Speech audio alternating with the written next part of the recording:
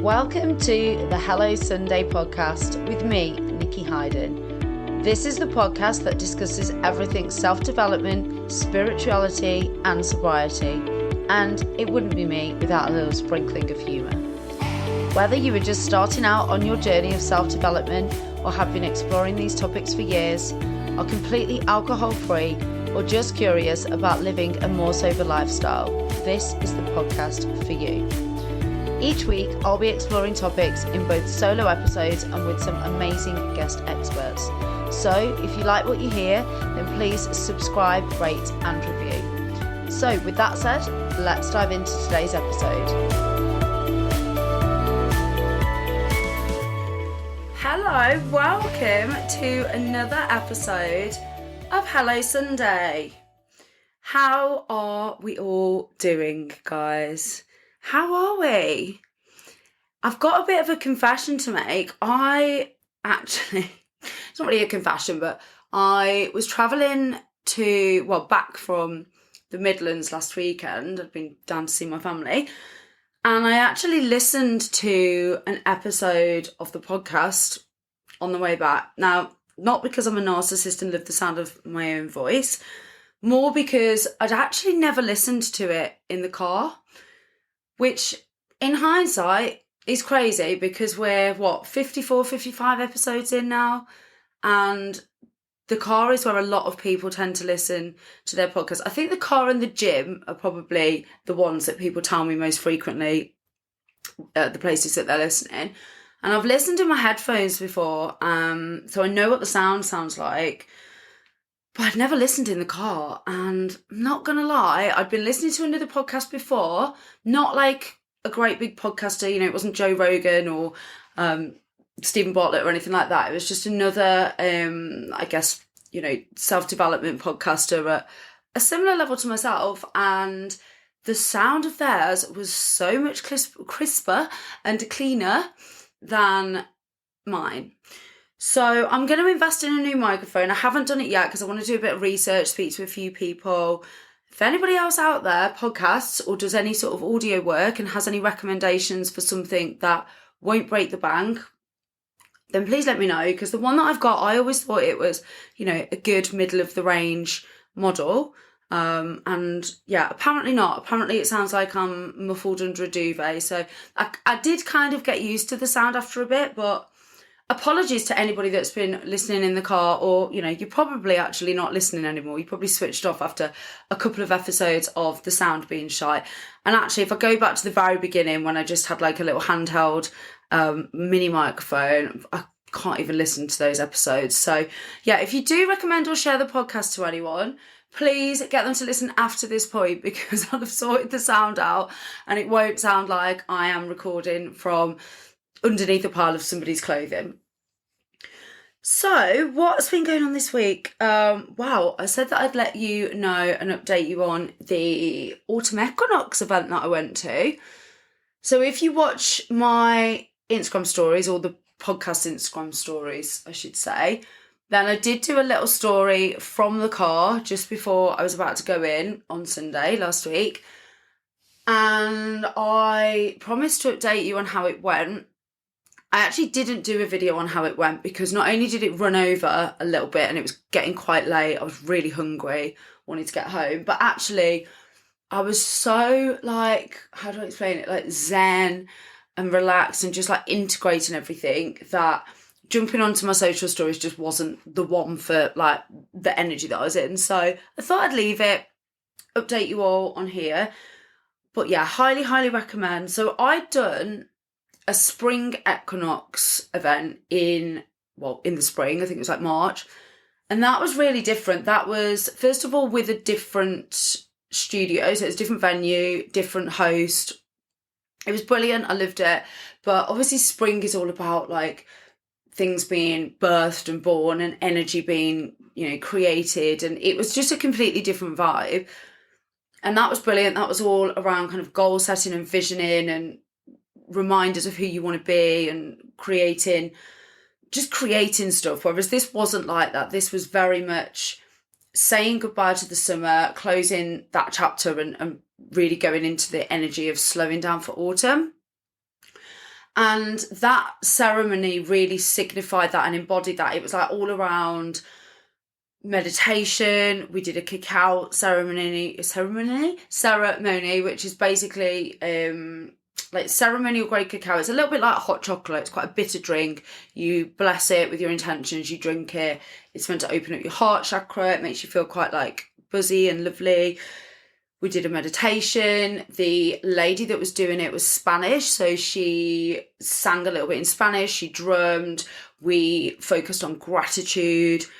We did a bit of a share circle. Do you know what? It was so nice. There was a real mix of people there as well. Some people who really embraced autumn and were there because, like me, they just absolutely buzz off that season and love it. And some people who were trying to step into the autumnal vibes and embrace the colder weather.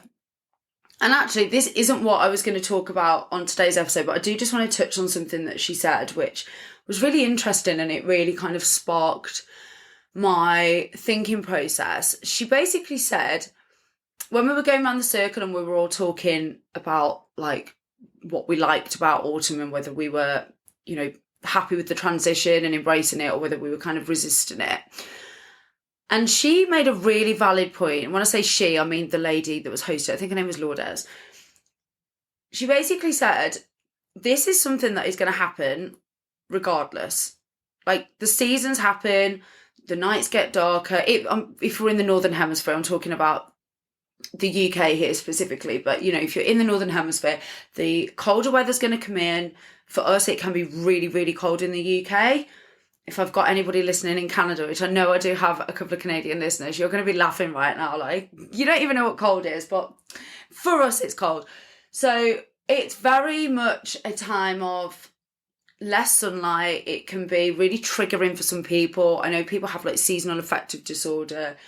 And actually, it's not a time that everybody loves. I love the coziness of autumn. I love the baking. I love the autumn TV, like Bake Off. I'm an absolute geek for Great British Bake Off. I love the fashion. I love the fact that it's a little bit more insular after the heightened social occasions of the summer months. But I do get why some people don't like it. Like, I've got older relatives, my nan in particular, who hates the colder months because she can't really go out anywhere. It's really, she's on her own. It's dark for most of the day. So I get it. But what Lourdes was saying was, it's going to happen regardless. So if we resist it, it's just bringing about a negative emotion and a negative experience to something that's going to happen anyway.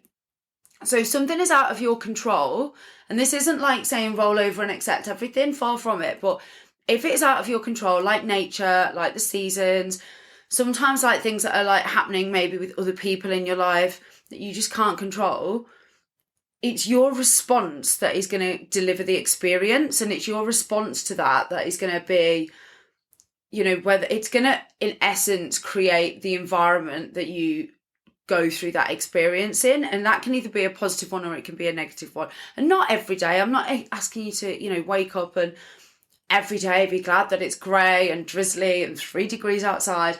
But if it's a difference between getting up, lighting a candle, maybe putting on something cosy, making a nice cup of tea and going into your day that way, or moaning about it, then we've got a few months of this, and it's probably better to try and find little things that you can enjoy and that you can find the positives in and embrace, rather than just resisting it, because you're only giving yourself a shit experience and you're only making it more difficult really than it needs to be. And that's a little bit like my gym journey. I've got to do the session. Well, I haven't got to, but I've committed to doing those sessions every week. And I actually saw a meme the other day and it made me laugh. It was like, when your face when you realise that you've got to go to the gym 3 times a week for the rest of your life just to maintain a mediocre physique.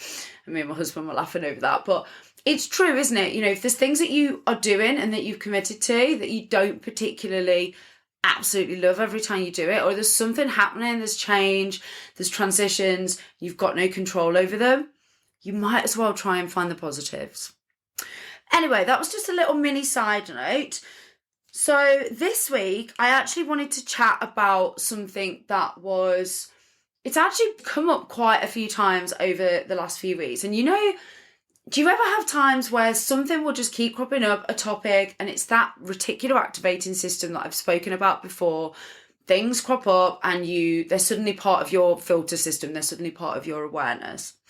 And they keep popping up. You keep hearing them. And in the end, I just thought, I'm being guided to share this. I'm being guided to talk about this. And this is something that I've been needing to remind myself. But actually, if I'm needing to remind myself, then, sure as hell, there's probably other people out there that need to be reminded of this as well. So what I want to talk about today, I'm put my teeth in, is creating a life that feels good and doesn't just look good. So what do I mean by that? To me, creating a life that feels good is about connecting to your true self and your authentic desires.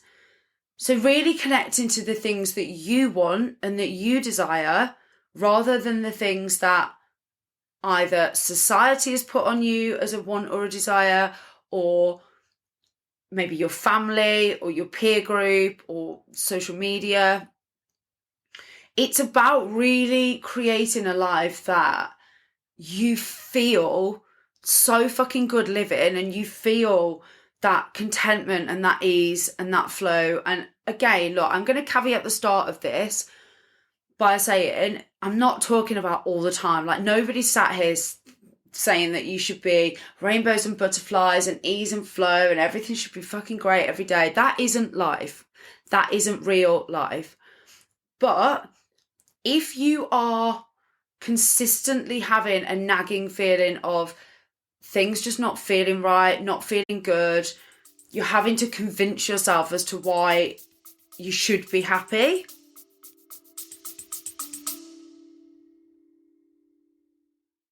For those of you that are regular listeners to the show, or maybe you know me personally, you won't have been able to get away without hearing me talk about Simprove. Simprove is a scientifically backed, water-based probiotic drink. You drink it daily and it has been scientifically proven to help with things like bloating, IBS symptoms, pain. It was actually a dietitian friend of mine that introduced it to me last year, and I honestly wouldn't be without it now. It's helped with my energy, with my bloating, it's helped with my immune system, and also things like my skin. The list is honestly endless. Now, I have got a code for you. So if you'd like to try Simprove, you can get 50%, that's a massive 50% off your first 3-month subscription by going on to simprove.com and putting in the code Nikki50. That's NIKKI50, or clicking the link in the show notes. Then that's a real sign that actually there's something that's just not aligned. It's misaligned in your life. There's something that isn't really where you should be or what you should be doing. And this really shows up for me, or has shown up for me in the past, when people used to say to me, like, do you want children? And I'd say, like, oh yeah, of course I want children. But there was always something inside of my gut that was like, don't know, just that like nagging feeling. And then I met my first husband, and he had a daughter, and I loved that little girl, and she was honestly such a good kid, really well behaved, like just brilliant. If you were going to have a stepchild, then, she was, as far as kids go, amazing. But that gave me more of an insight into actually how bloody hard parenting is, and all of the things that you have to compromise on and sometimes give up for a period of time. And I've got friends who absolutely knew from being tiny children that they wanted that. They knew they wanted kids. They knew that they were happy to make those sacrifices. They wanted that family unit. And if that is you, absolutely hats off to you. Like, if that is what connected, your desire, then 100%, like, you go and do that. But for me, there was just something that, I don't know, it just wasn't. Like, for instance, when I talk about wanting, like, my dream home, or wanting to be a dog owner, or wanting to have a thriving business, those are things that I can 100% get behind. And I feel that, like, excited, fuzzy feeling in my belly. But actually, when I was talking about having kids to people, it almost felt like I was saying it out of expectation and obligation. And that became really clear as the years went on. And so actually, when I met my husband, my now husband, my soulmate, my life partner, whatever you want to call him, I already knew him, but I didn't know him well enough to know if kids was something that he wanted. And on our first date, we actually spoke about that because we'd known each other for like 10 years prior. It wasn't the sort of first date where you talk about where did you grow up and who is your family and, you know, what are your friends like and what do you do for fun? Because we kind of knew that about each other. So on our first date, we did talk about some deep stuff, and kids was one of those things. And I think probably for the first time in my whole life, verbalized to a partner that was not on the cards for me and that I didn't want that. And he agreed. He was like, actually, do you know what? I think I feel the same. Like, it's not something that I've got a burning desire for. And that felt really good to say that. And I think it really resonated for me then, the phrase that I've just said about creating a life that feels good and doesn't just look good. And this has also come up in so many conversations I've had recently. So there's a few of my friends at the moment that, for one reason or another, and obviously I'm not going to name names because I know some of them do listen, but for one reason or another, have mentioned to me over the last few weeks that they have things in their life, or they have things that they are living or doing at the moment that they just don't feel aligned, and it's not making them happy. So a good example, I went to meet one of my friends the other week for some dinner, and we got chatting and we talked about, you know, what we were up to now and how we were getting on in work and all this sort of stuff. And then it got onto the subject of her relationship. And I said, oh, how are you and blah, blah doing? It looks like you're really happy. They just got back off a holiday. They put beautiful holiday pictures on social media. And she said to me, well, I won't repeat what she said to me word for word, but she basically said she wasn't happy. It wasn't a happy relationship. And that the only reason that she was staying in that relationship was because at the moment she couldn't afford to rent somewhere on her own. She didn't have the financial ducks in a row that she needed to leave and move out and set up on her own. And my heart sank for her. And don't get me wrong, like, I know that is a reason why so many women don't leave situations. And like, this isn't an abusive situation. We're not talking about abuse here. She's just not happy. But there are so many reasons why women don't leave abusive relationships when they are abusive. And actually the financial independence and the ability to be able to support themselves financially is one of the biggest ones. And then another friend of mine was talking to me, probably like a couple of weeks ago, and we were chatting about business. She's got her own business. And we were talking about, basically, she's been suffering with anxiety. She's been getting really bad anxiety and feeling really, you know, up and down and not good. And she was asking me about tools and techniques and things that she could do to help herself. And did I think there were any like ceremonies and classes that could help? And I basically said, look, I think you need to get to the root of the anxiety. Yes, they can help with the symptoms, but if you're not getting to the root of it, then it's just going to keep coming up. And she basically said to me that it was actually, you know, really work-based, and that she'd created this thriving business, but it demanded her to work quite long hours, and it demanded her to work quite unsociable hours because it was public-facing, and therefore people were having to come and see her when they didn't have work on, or when the kids were being looked after by somebody, or at the weekends. And it meant that as a mother and as a wife, she was really struggling with the lack of time that she was having with her family, and also the amount of hours that she was working. And this is a business that requires like social media. It requires her to do finances and marketing. And, you know, there's a ton of stuff that you don't see that goes on in the background around the actual, you know, core working day that you might be able to make appointments. And so we were chatting about this, and from social media, you would think that both of these individuals were living their life. The first one that I spoke about is like always on holiday. She's also got her own business. The second one was, is again, away a lot, has got a beautiful family, always posting these beautiful images. And this isn't to say that they are doing it to, con people, not at all. But I think it's really natural for all of us to want to post our highlight reel. Like, I was talking about this to my husband a few weeks ago, and I said, isn't it funny that actually I don't post that much on social media about my personal life, my relationship.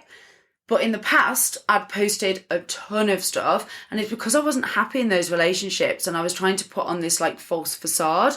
And with him, I don't really post that much. Like, we went away to Lisbon in July, and I think other than a couple of stories when I was away, I haven't even uploaded the pictures yet. And it's funny that it's sometimes a reflection, it certainly is for me, that if I'm really happy and really content with what I'm doing, the need to validate that via external sources, via social media, or posting a lot, it isn't there. And I think that applies to a lot of us. We try and, if our lives don't feel as good as we'd want them to, or we feel misaligned, we try and put stuff out there so that people tell us how good it looks, so that we can kind of convince ourselves. And there was actually a really amazing photo. I'm going to try and link it actually in the show notes. I'm not sure how, but I'll try and find a way if I can find the post that I saw. But there's a really amazing photo that just actually embodies this, and it kind of is a visual representation of what I'm saying. You might have seen it. It's quite it's been quite prevalent on social media, and it's a picture of an apple, and the apple is facing a mirror, and from the front of the mirror, from the mirror vision, all you can see is this beautiful red shiny, I was going to say coat then, I don't think apples have coats, do they? Skin. And it looks perfect, and it looks so, completely juicy and divine. And then the back of it that you can see on the picture that the mirror can't see, so what is outward facing to the world can't see, there's a big bite taken out of it, and it started to go brown. And that's such a powerful image. To me, that is just a complete visual representation of what we put out there, and a lot of the time what people don't see. And I'm not saying that everybody that puts really positive social media posts on isn't living a happy and content life, but I do think that there is a huge element of us putting stuff out there and actually covering up the reality and the real life and the bad stuff, because sometimes we want that validation. We want people to just see what we want them to see. Which again is absolutely fine.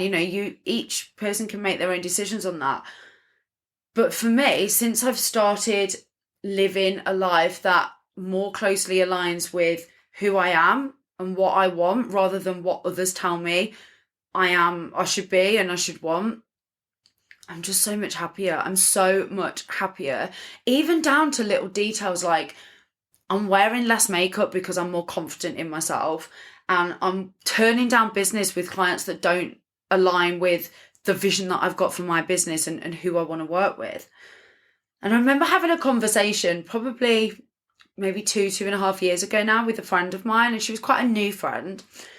And we were talking about how on social media, it's constantly pushed to us that unless we are an influencer or starting our own business, or an entrepreneur in our 20s making 6 figures, 7 figures plus, that actually we're not living our full potential and we're not living up to what we should be. And I always remember her saying to me, you know what, isn't it okay if I just want to work my 9-to-5 job and then use that money to create experiences that just make me happy and content? I don't always want to be striving, and I don't want to have my own business, and I don't want to be an influencer. And I just thought, gosh, isn't it funny? Because I bet so many people feel like that, but they feel so pushed upon by what they see around them and the content that they're being served up daily and what other people are saying that they want, even if it isn't, in the real heart of it, what they want. I bet there's so many people out there pushing for things that don't make them feel good and that they don't enjoy. And going back to my friend that I mentioned with the business, we were talking about actually what was really causing her anxiety was she was working all these hours to make all the money and have a successful business. But actually, she wasn't getting to enjoy it. She wasn't getting the downtime with her family. She was having to skip gym sessions and exercising because she didn't have time. She wasn't having time to clean her home and make her environment feel good. And all these little things add up. They all add up. And so what she decided to do was, last week she took a full morning off work. She went to the gym, she cleaned her house, she did all the things that she'd been meaning to do on her list that she'd not got around to doing. And she said, whilst her anxiety obviously, didn't completely get rid of it, it really helped her to make her feel like a bit more put together, a bit more productive, and just a little bit more in control. And that really helped to subdue some of those anxious feelings. And so I think getting to the core of what it is that makes us feel good. What do we value? What are the things in life that we need to have to make us feel like us? So, this could be where you live. I've mentioned before that I don't get jealous about looking at apartments in the middle of the city centre where people are out every night in bars in town, because that isn't the life that I want for myself. But if I open up Mrs. Hinch's Instagram stories and she's got alpacas and lives on land, oh my gosh, like that burning, like fizzy feeling, excited feeling in my belly comes back. So I know that that is way more the lifestyle that I'm aspiring to than the, city living. And when I was in my 20s, I'd have absolutely torn my arm off for that sort of, apartment lifestyle. But it's my values and what I want have changed. Things like work. I'm stressed to the max probably 3 out of 5 days that I work this business. It's hard. The market's tough at the moment and it's been a really tough year, but I wouldn't change it for the world, because I love running my business and I absolutely love being my own boss and having that flexibility, being able to work the hours that I want, record my podcast in the middle of the week. These are things that I value. My freedom is so much more important to me, and having autonomy over my own days and weeks than the security that I got from being, employed and working for someone else. Relationships. I've realised as time has gone on that I don't need somebody who is exactly a carbon copy of me, who wants their own business and wants to strive to be at the top of their game and has the flashy car and earns a multiple six-figure salary. I had that in one of my exes, and he was a bellend, to be honest. So it didn't make me feel good. In fact, I felt probably the worst. So this is something that now I've gravitated towards and I've got in my husband. Like, he feels like home to me. He makes me feel safe and secure. He's so emotionally intelligent. He will consistently ask when I'm not good, what can I do to help? He's in tune with my emotions. He's kind. These are the values and the things that I want from a partner, so much more than somebody who is, and that's not to say he's not successful. Like, he absolutely smashes his job, but he's happy doing what he's doing and striving to be the best that he can be in that environment. And to me, like, that is, it's everything that I need. My friends, I had people in my life that were fun party friends, that were the people that I could call and go out with, but did they make me feel good? Were they reliable? Could I trust them? Absolutely not. And anyone that's listened for, the last few episodes this year will know that back in the spring, I had to cut off my longest friendship that I've had for I was friends with this person for 35 years. And I've cut that friendship off because something major happened. They did something that there was just no coming back from. And as really sad as that's been and as hard as it's been to grieve, I knew that had I have stayed in that friendship, it wouldn't have felt good. People would have probably said, oh my gosh, you guys, you've been friends since you were 4. Like, isn't it so nice that you've remained friends? But inside, I'd have known that this didn't align with my values. This person was so far removed from my personal value set that it wouldn't have felt good to spend time with them or to compromise, my values and beliefs to maintain that friendship. And how you spend your spare time. Like, are you doing things in your spare time that make you feel good? Or are you doing things with maybe people that don't make you feel good just for social media, for likes, for clicks, to please them? Are you going out drinking a lot? Are you maybe taking part in hobbies that you haven't really got that much interest in anymore, but you've done them since you were little, or you've done them with the same friendship group? There are so many areas that we can be misaligned in life that we can just make little adjustments to, and it can actually feel so much better. There are going to be things in life that we have to do out of our comfort zone, that we have to partake in, that we don't have a choice in. There's going to be stuff every day probably that you don't want to do. This isn't the stuff that I'm talking about. The stuff that I'm talking about is the real, the core aspects of your life that I've just mentioned. Do they feel good to you? I know people from certain religious backgrounds, for instance, are really pushed into certain careers. I went to an all-girls school. There was a ton of, in fact, I think it was more Muslim girls there than anything else. And they all were striving to be doctors, lawyers, real kind of high-level occupations. But actually the amount of them that came alive when we did art class or drama, or those of them that absolutely thrived in a sport and were, incredible at like hockey or netball, but their parents and their families were encouraging them to go down the routes that they wanted them to go down. And I quite often think now, I wonder what a lot of them are doing. I wonder if they actually did end up in those careers, or if they realised that wasn't what they wanted for themselves. I'm really hoping that they realise and that they change that. So there could be a ton of reasons why you are not doing the things that feel good to you, but you are keeping up with stuff that maybe looks good, maybe is to please other people, maybe just because you've always done it.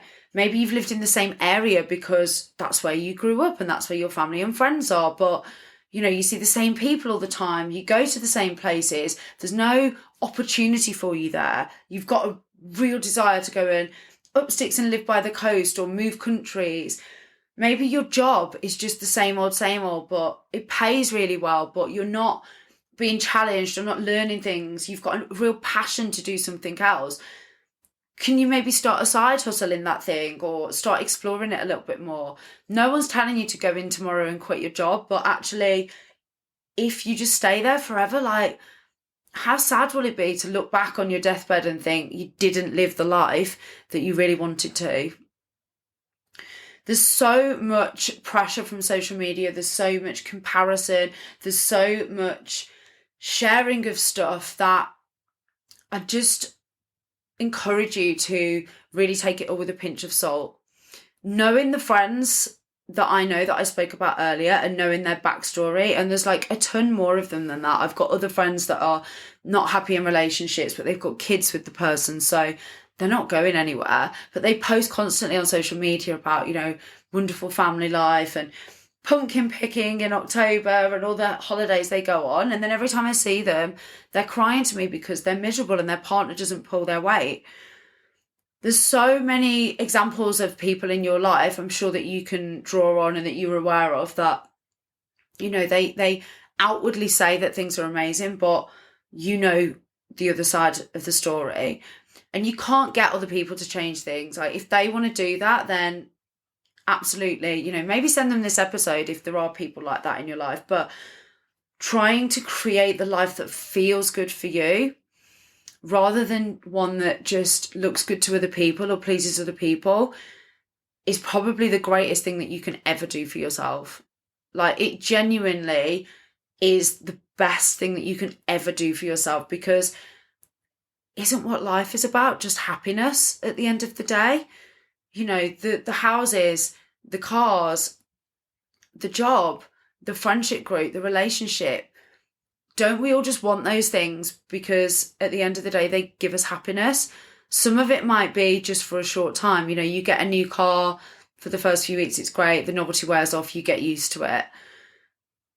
That's a short-lived, happiness. Is it real happiness, or is it just pleasure? The longer term stuff, the people in your life, the job that you have, how you spend your spare time, those are the things that are going to give us longer term happiness. And that's really what life is just about, isn't it? You know, it really is. So that really just resonated with me this week. And I'd had so many conversations, I'd seen so many social posts. I just needed to share that. I just needed to talk about it. And I'm sure that there's going to be some of you listening now that are really resonating with that. So there's a values exercise that I did an episode on previously that I'll link in the show notes, which really helps you to get to grips with your values. And these aren't things like loyalty, honesty, trustworthiness. These are the real core, core values that you can help to shape your life and that really drive you. Like for me, I uncovered that health and wellness is something that I am so passionate about.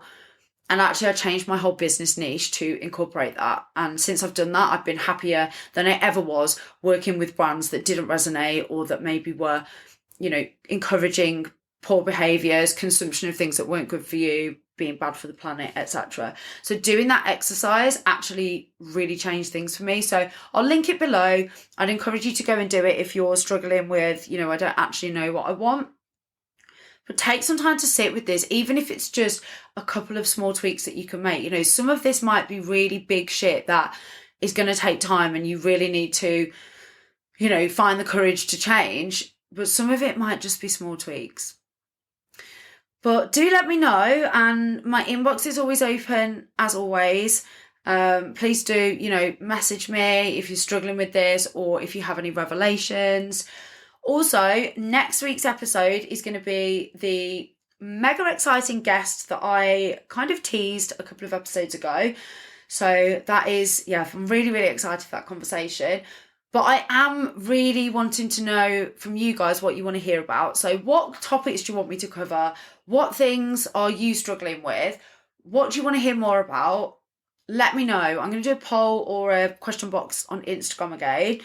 But please do let me know because, again, like, I've got a ton of ideas, but I want this to be your podcast. I want you to really, you know, be able to resonate and engage. So, drop me a message.